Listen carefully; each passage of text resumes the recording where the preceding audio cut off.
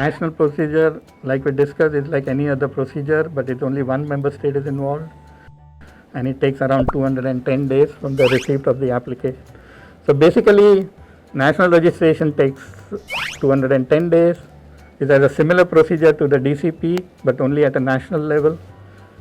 DCP also takes 210 days, and another 30 days for each of the country to country to accept the packaging material, to approve the packaging material in the local language. And MRP takes around 180 days from start to end, if everything goes smoothly. So the fee structure is basically, so these are examples of the fee structure, but it keeps on changing. Every few months, I think this you need to keep on looking at it again and again to see what is the latest fee structure. So for the MRP procedure, for the RMS, the fee structure is currently around 33,000 euro, and for each of the member states, the concerned member states in the MRP, it's around 8,000 euro. For DCP, it's around 40,000 euro. For DCP, concerned member states is around 8,000, and national is around 8,000. And they do not have a renewal period, so you have an annual maintenance fees.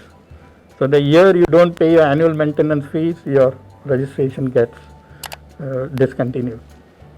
So this is what we have. So sometimes people ask that which is the best route to take. National registrations, even though, I mean, as per my experience, national registration, even though it's cheap and it takes only the same period as we say like a DCP, but in practical it doesn't work it in 210 days. Sometimes it goes to 18 months or even to 2 years, depending on the backlog the particular member state has.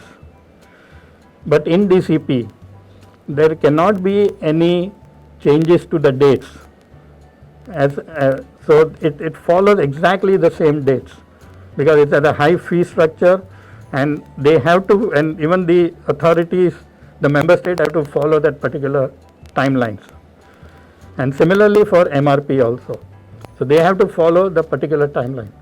So in the overall period, I mean, if you are selecting to register in more than 1 or 2 countries in Europe, I think DCP or MRP would be a better option, even though it is a higher fee structure.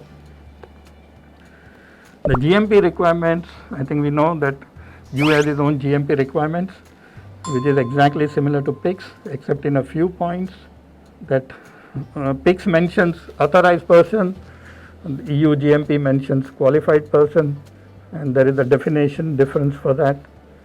Then in European Union, we all know that there is a requirement to follow only European pharmacopoeia, so they do not accept other pharmacopoeias. And we know that European pharmacopoeia has only the APIs, they do not have finished product.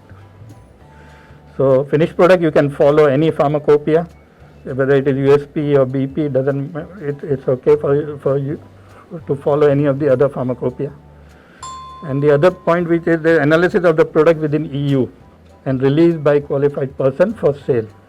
So this is another requirement for EU, that even though you have registered the product, you have analyzed it, you have a EU GMP, you are certified, but still when you send every batch to Europe, it has to be analyzed locally and it has to be released by qualified person for sale. So EU GMP certification is a must before starting the registration process. So most of the time the submission of dossier for registration triggers the GMP audit, but in certain member states it is possible to have the audit prior to submission. So you have both the options, like Poland or some other countries. When you submit a dossier, it will trigger an inspection.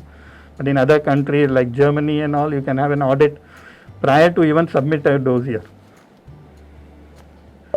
The BE study requirements, the reference product can be from any country within the European Union. If you are registering a product in more than in 3 or 4 countries, then you need to perform a comparative dissolution study with each of the reference product from each of those countries. Even though it may be from the same, the innovator product maybe from the same company, but if they have different manufacturing site, then you need to perform the comparative dissolution study for against each of the reference product in that member state. And they do study specific audits. The EMA carries out study specific audits of the CRO, and sometimes they do it after the approval, sometimes they do it before the approval. So there is a cost and a time frame involved which can delay your registration. So basically the summary of product information, the package insert and all has to be in the local language, and the readability test is mandatory for the package insert.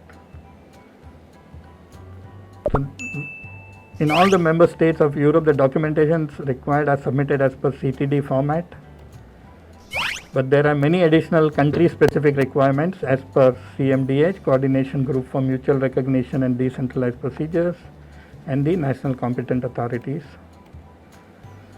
So these are the additional documents which are required by each of the member states. So they need letter of authorization, they need contracts between the local company and the manufacturer who is outside the European Union. So there's a proof of establishment. Some countries require proof of establishment, and so there are many country-specific, member state-specific requirements in your application which needs to be followed.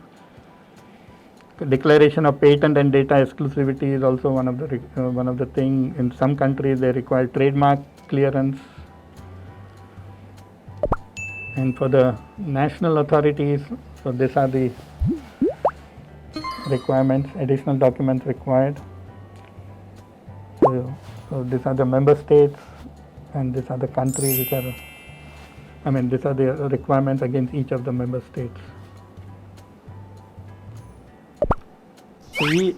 The EMEA regulation failure, basically it happens in insufficient data. Your CTD dossier is insufficient. There is overall content quality is not so good. Considerations by rapporteurs. In some cases, rapporteurs are people who evaluate our dossiers. They are called as, in Europe, they are called as rapporteurs. So rapporteurs consider dossier not mature enough. So the person who evaluates your dossier considers it that is your dossier is not good enough, and they were not happy with the quality of the overall content. There's non-adherence to scientific advice, and some of the that insufficient process validation package, improper definition of starting materials, amount of stability data, and even in the bioequivalence, the choice of comparator or the choice of endpoint, or there were efficacy safety issues during the bioequivalence study.